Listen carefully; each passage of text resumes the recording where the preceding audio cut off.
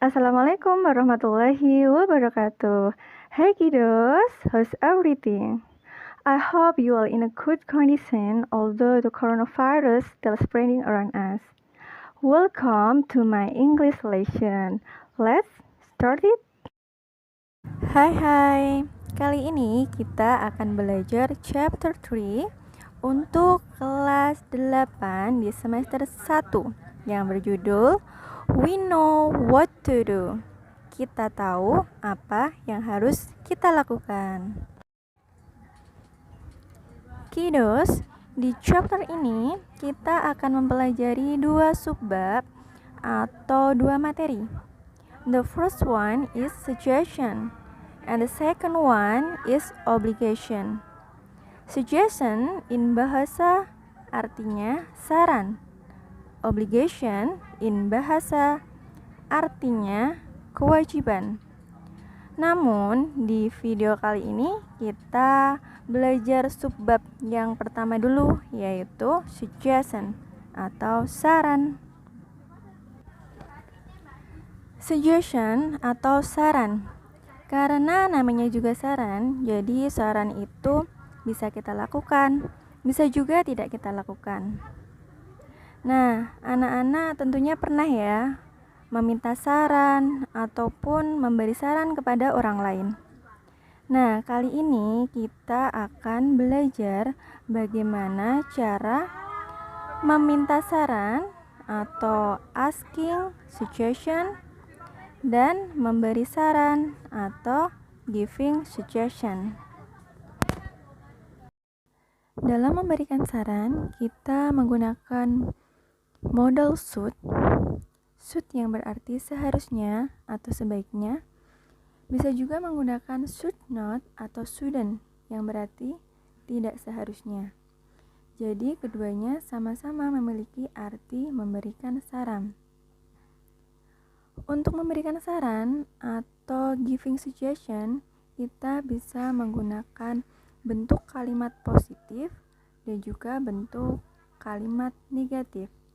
Sedangkan dalam meminta saran atau asking suggestion, kita menggunakan bentuk pola kalimat interrogatif. Kiddos, untuk memberikan saran atau meminta saran itu ada rumusnya loh. Nah, sekarang kita mulai belajar memberikan saran dengan menggunakan rumus positif. Nah, sebelumnya, do you still remember that sentence is divided into two? The first is verbal sentence and the second is nominal sentence. Jadi kalimat itu dibagi menjadi dua. Yang pertama itu kalimat verbal dan yang kedua itu kalimat nominal. Jadi di sini untuk memberikan saran kita bisa menggunakan kalimat verbal, bisa juga kalimat nominal. Contoh yang pertama, memberikan saran dalam bentuk positif dengan kalimat verbal. Contohnya, subject plus should plus verb 1. Subject itu sebagai subjeknya, should itu sebagai modalnya, kemudian ditambah dengan verb 1 atau kata kerja bentuk pertama. Contohnya, you should go to school on time. Yang artinya, kamu harus berangkat ke sekolah tepat waktu. Nah, ini masuk dalam kategori kalimat verbal. Dan yang kedua, rumus untuk kalimat nominal. Rumusnya subject ditambah should be ditambah adjective atau kata sifat, bisa juga ditambah dengan noun atau kata benda, atau juga adverb atau kata keterangan. Contohnya, you should be happy. Kamu seharusnya bahagia. Happy di sini menjadi kata sebagai kata sifat atau adjektif. Jadi untuk memberikan saran bisa berupa kalimat nominal, bisa juga kalimat verbal. Nah, selanjutnya adalah pola bentuk kalimat negatif dalam memberikan saran. Polanya di kalimat verbal adalah subjek plus should plus not plus verb 1 atau kata kerja bentuk pertama. Contohnya, you should not go to school late. Kamu tidak seharusnya berangkat ke sekolah telat. Yang kedua, pola kalimat nominal. Subject plus should plus not plus be plus adjective or noun or adverb. Contohnya, you should not be sad. Kamu seharusnya tidak sedih. Jadi, dalam memberikan salam, bisa juga dalam bentuk pola kalimat negatif seperti ini. Interrogative atau kalimat tanya. Nah, kalimat tanya di sini digunakan untuk meminta saran, asking suggestion. Nah, masih sama juga ya, seperti yang positif dan negatif tadi. Ada verbal, ada yang nominal. Untuk rumus yang verbal, yaitu should plus subject plus verb 1. Jadi di sini hanya dibalik saja, should-nya ada di depan, dan jangan lupa yang terakhir harus ada question mark atau tanda tanya. Contohnya, should I go to school on time? Haruskah aku berangkat ke sekolah tepat waktu? Nah, bisa dijawab dengan yes, you should. No, you should not. Ya, kamu seharusnya. No, tidak. You tidak seharusnya berangkat ke sekolah tepat waktu. Nah, selain itu bisa juga ditambah dengan 5W question. Contohnya, ini menggunakan kata what.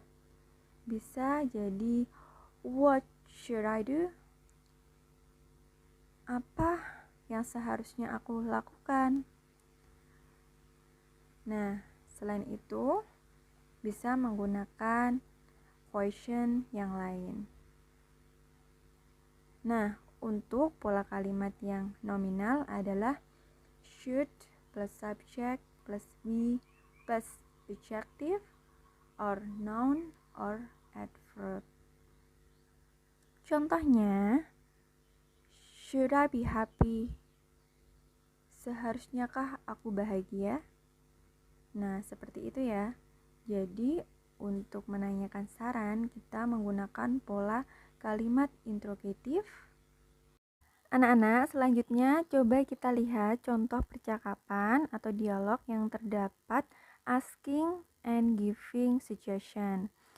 Di sini bisa kita lihat ada percakapan antara dua orang, yaitu antara Peter dengan Felice. Nah, kira-kira mereka sedang ngobrolin apa ya? Yuk, diperhatikan ya. Peter, why don't you join us to do English homework? Sorry, Felice. I have a toothache. What should I do? Nah, di situ Felice bertanya kepada Peter, Peter, kenapa kamu tidak ikut bergabung dengan kita untuk mengerjakan PR bahasa Inggris? Kemudian Peter menjawab, maaf Felice, aku sedang sakit gigi. Apa yang harus aku lakukan? Nah, anak-anak kira-kira tahu apa tidak? Di situ ada meminta saran atau memberi saran? Ya, di situ ada kalimat meminta saran, yaitu what should I do? What should I do yang berarti apa yang harus aku lakukan. Di situ Peter meminta saran kepada Felice apa yang harus Peter lakukan karena dia sedang sakit gigi. Selanjutnya, Felice menjawab, really? You should go to dentist, Peter. I am afraid. Nah, di situ Felice memberikan saran kepada Peter. Sungguh? Kamu seharusnya pergi ke dokter gigi, Peter. Lalu Peter menjawab, saya takut. Nah, di situ ada kalimat you should go to dentist yang merupakan giving suggestion atau memberikan saran. Jadi Felice memberikan saran kepada Peter agar dia pergi ke dokter gigi. Nah, selanjutnya Felice menjawab, "It will be better you go to dentist, Peter." I'll try. I hope it won't hurt a lot. Thanks, Felice. You're welcome. I hope you will get better soon. Nah, di situ Felice menjawab, itu akan lebih baik kamu pergi ke dokter gigi, Peter.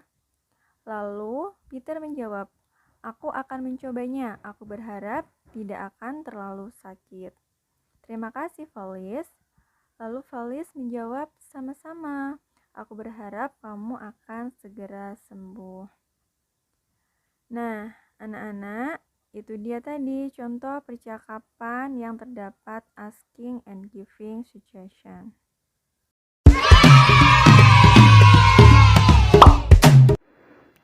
Baik anak-anak, kita sudah sampai di penghujung materi. Ibu telah menyampaikan materi di bab 3 part pertama tentang suggestion. Anak-anak bisa mengulangi lagi video ibu sehingga kalian bisa lebih paham lagi. Dan selalu berlatih, tetap jaga kesehatan dimanapun berada sehingga kita bisa terhindar dari coronavirus. Keep healthy and be happy. Wassalamualaikum warahmatullahi wabarakatuh. Bye-bye.